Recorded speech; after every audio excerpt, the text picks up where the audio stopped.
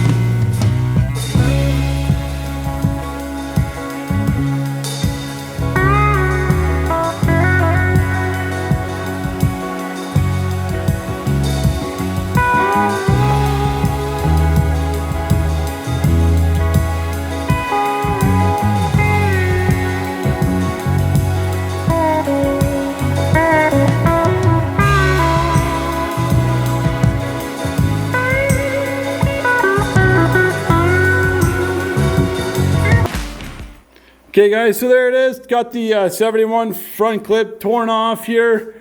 It took roughly about 2 hours or so to tear all this stuff off, just by myself here in the shop.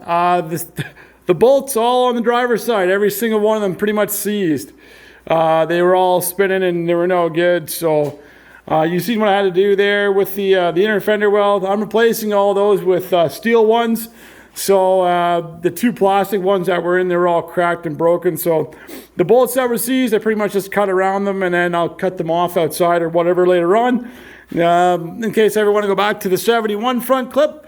So you can see down here, this is what I was cutting down here. The bolt that was in this section here was all broke. So I just kept on spinning around.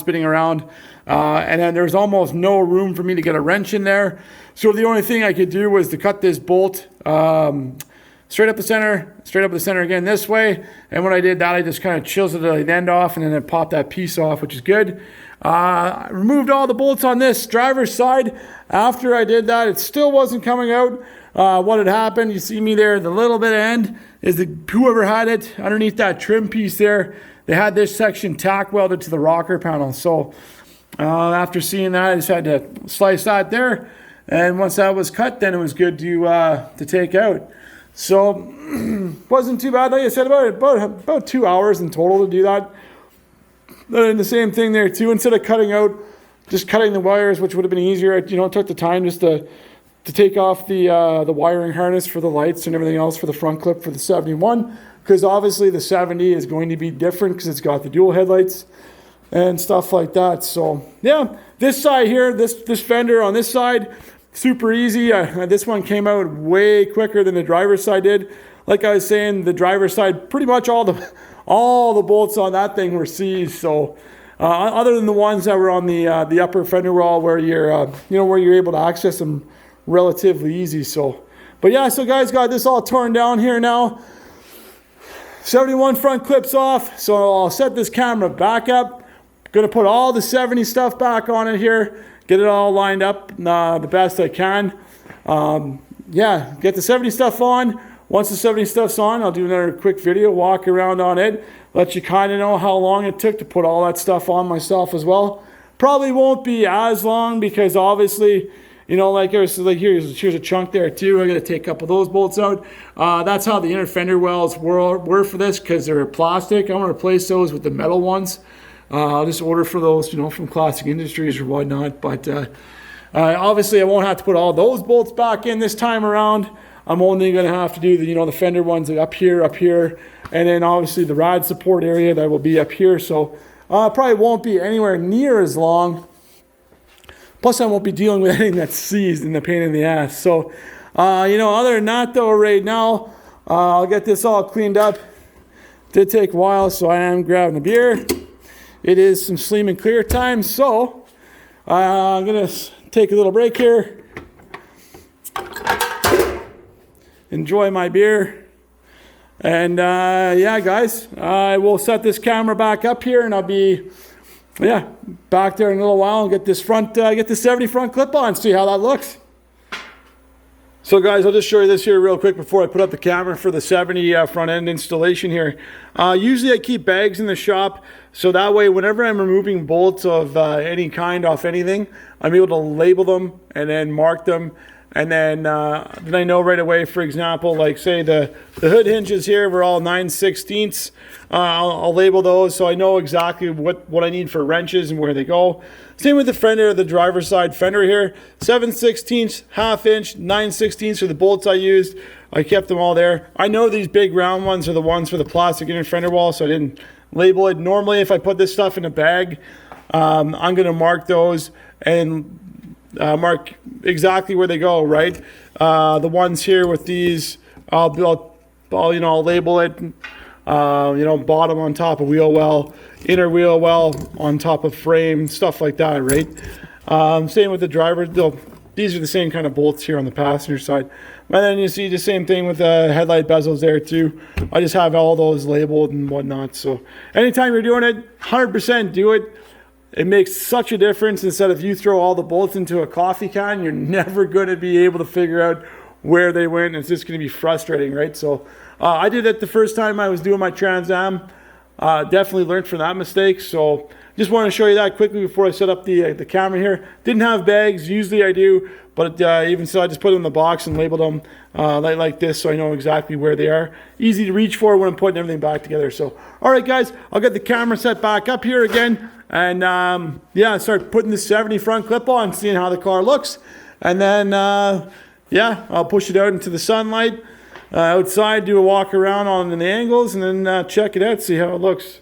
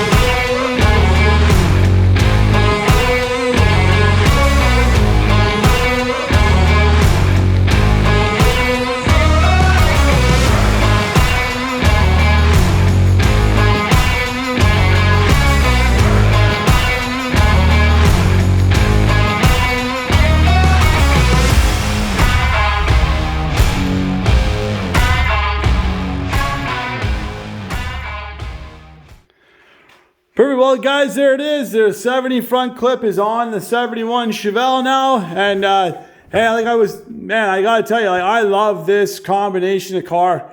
And it makes so much sense. Like, the dual headlight, or the dual headlights match those dual taillights perfectly. I have no idea why GM didn't make this the way it was. I think, when they went to 71 and they had the single headlight, the bumper on the 70 would have matched that, way better, having that single taillight too, right? For me, this combination is what I really like. The dual headlights, the dual taillights.